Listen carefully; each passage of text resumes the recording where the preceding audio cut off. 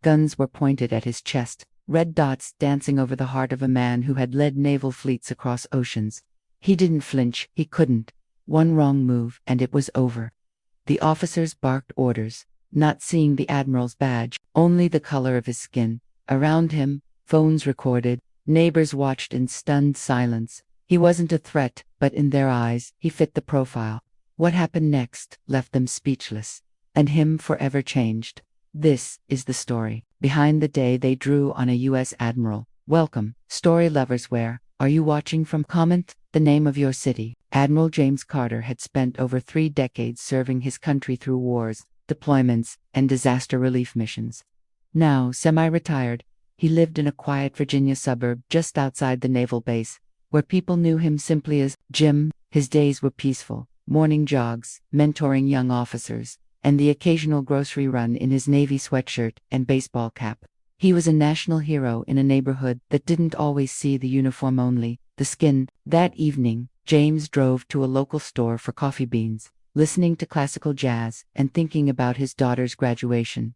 He parked like usual, walked in like usual, but in the eyes of 2 nearby patrol officers, a black man in a hoodie wasn't just another neighbor. Something shifted the moment he stepped outside again, and in the next 5 minutes, the world would see how little a lifetime of service mattered in the wrong skin.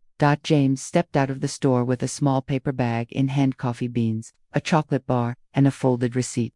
The sky had dimmed to a soft orange, street lamps just beginning to hum. He unlocked his car, reached for the handle, then heard tires screech. 2 police cruisers boxed him in, front and back, doors flung open, guns drawn, hands where we can see them now. James froze. His instinct, echoes of military training, was to de-escalate, stay calm. But even with his hands raised, the red dots danced across his chest. "Sir, I live here," he said, voice firm but low. "I'm Admiral James Carter, retired." No response, just shouted commands. A neighbor peeked through her curtains. A jogger slowed down, then turned the other way. The officers circled, fingers twitching on triggers. One screamed about a robbery, suspect. Another shouted for ID. James didn't dare move. His wallet was in his back pocket. One wrong gesture, and don't reach. They barked.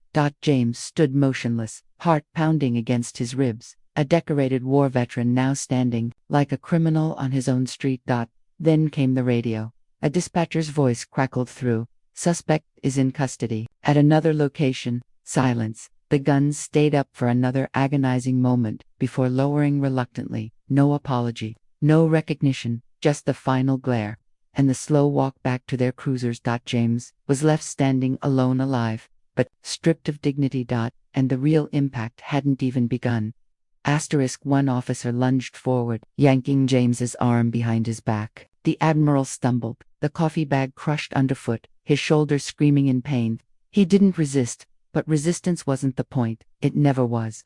His ID slid from his pocket during the scuffle, landing face up in the gutter. "Admiral James Carter, United States Navy." The younger officer paused, stared at the badge, then looked back at James as if seeing him for the first time. Shame flickered barely. No apology came, just silence, and the weight of disbelief. James had faced enemy fire, but never felt this exposed, this degraded. As the officers backed off and onlookers whispered, he stood up, slowly, the uniform invisible now, and in that moment, one truth burned clear: not even stars on your shoulder can shield your skin.